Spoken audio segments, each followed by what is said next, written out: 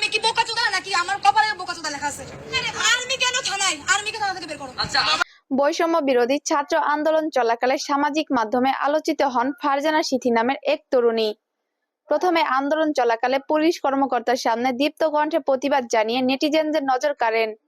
তবে সরকার পতনের পর আগস্টের মাঝামাঝি সময়ে এক সেনা কর্মকর্তার সঙ্গে বাকবিতণ্ডায় জড়িয়ে ব্যাপক সমালোচিত হন সিথি। তার দুর্ব্যবহারের মুখে ধৈর্য এবং পেশাদারিত্বের পরিচয় দিয়ে তখন পুরস্কৃত পেয়েছিলেন সেই সেনা কর্মকর্তা। এবার জানা গেল জনপ্রিয় সঙ্গীত শিল্পী আসিফ আকবরের গানের ভিডিও চিত্রে মডেল হিসেবে দেখা যাবে তাকে।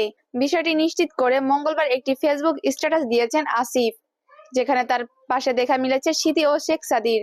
ভিডিও চিত্রে সিথির সঙ্গে সাদিকেও দেখা যাবে। আসিফ আকবরের সঙ্গে এই গানে কণ্ঠ দিয়েছেন মুম্বাই নিকিতা গান্ধী। নতুন গান প্রসঙ্গে আসিফ আকবর বলেছেন, মুম্বাই ফিল্মের মিউজিক ডিরেক্টর রাজীব রায় চৌধুরী ভালোবেসে গানটি আমাকে উপহার দিয়েছেন।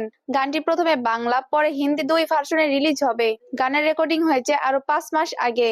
এখন শুরু হবে গানের শুটিং। তিনি আরো বলেন, নিটল প্রেমের গানটির মডেল হিসেবে আমি নিজে পছন্দ করেছি জেনজি কন্যা ফারজানা সিথি ও তরুণ সঙ্গীত শিল্পী শেখ সাদিকে। গানের শুটিং হবে শালদা ইকো রিসোর্ট গাজীপুরে। ভিডিও পরিচালনা করবেন স্নেহের সৌমিত্র ঘোষ ইমন।